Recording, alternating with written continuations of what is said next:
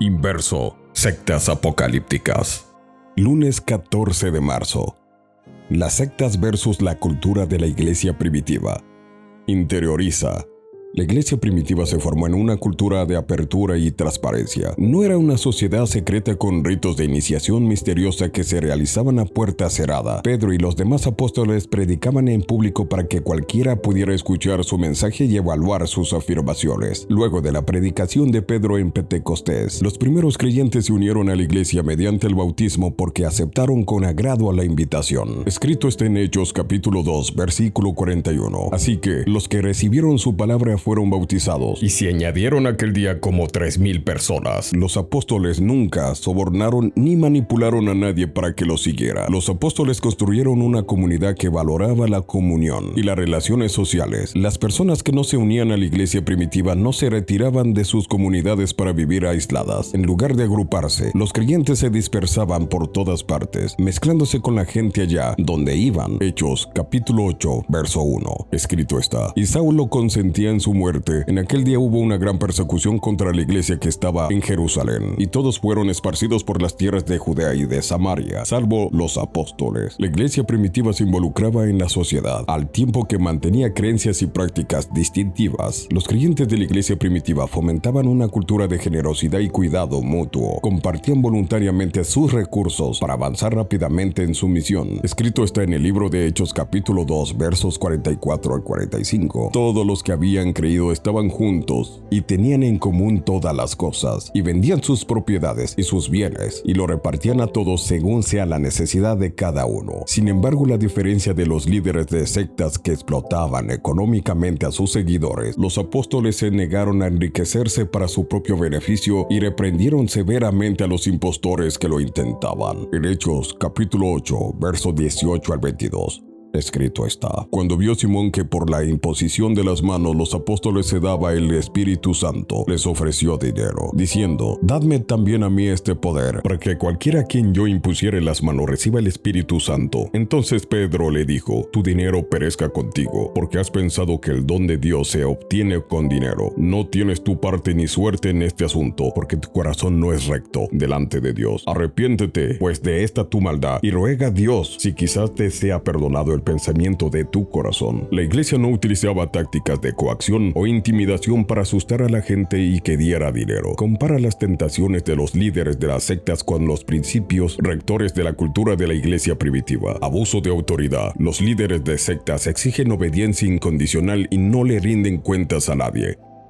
Por lo contrario, Cristo fue un modelo de liderazgo servicial y advirtió contra los líderes autoritarios. Escrito está en Mateo capítulo 20, versículos de 25 al 28. Entonces Jesús llamándolos dijo: sabéis que los gobernantes de las naciones se enseñorean de ellas, y los que son grandes ejercen sobre ella potestad. Mas entre vosotros no será así, sino el que quiera hacerse grande entre vosotros será vuestro servidor, y el que quiera ser el primero entre vosotros será vuestro siervo, como el Hijo del Hombre no vino para ser servido, sino para servir y para dar su vida en rescate por muchos. Aislamiento. Las sectas separan a sus miembros de sus familiares y amigos, imponiendo el aislamiento. El aislamiento social a menudo conduce al secretismo sobre las creencias, los objetivos y las prácticas, en lugar de alejar a sus discípulos de la sociedad. Cristo les enseñó a estar en el mundo, pero sin ser del mundo. En Juan capítulo 17, versículos del 15 al 16, escrito está: no ruego que les quites del mundo, sino que los guardes del mal. No son del mundo, tampoco yo soy del mundo.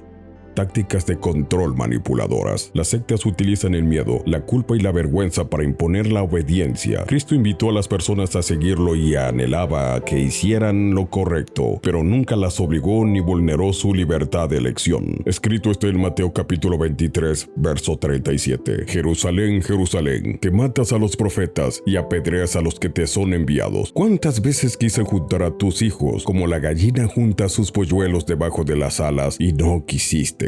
Explotación emocional y económica. Las sectas manipular a sus miembros para que se sacrifiquen económicamente por objetivos egoístas. Cristo, por el contrario, valora la entrega voluntaria y alegre, no la coacción. Segunda de Corintios capítulo 9, verso 7, escrito está: cada uno dé como propuso en su corazón, no con tristeza ni por necesidad, porque Dios ama al dador alegre.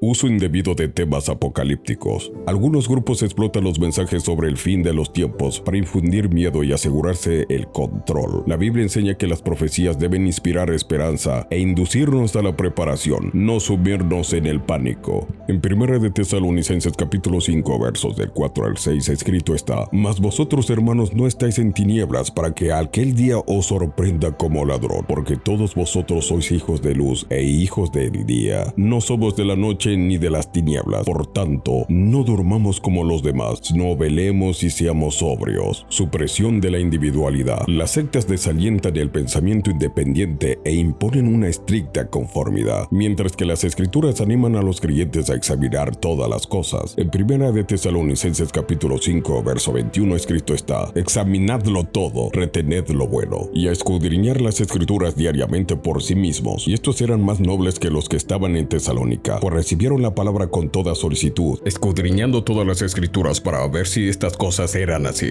Los líderes de la secta suelen recurrir al control, al miedo y al secretismo, enmarcado al contraste de transparencia y la redención de cuentas que se practicaban en la iglesia primitiva. Preguntas para considerar. ¿Cómo se protegía la iglesia primitiva contra la corrupción y el abuso de poder? ¿Es ejercer su autoridad adecuadamente sin abusar de ella? Escribe tu respuesta en el cajón de comentarios. Recuerda suscribirte, comentar y compartir. Y no olvides de activar la campanita para recibir más Inverso en tu sustento diario.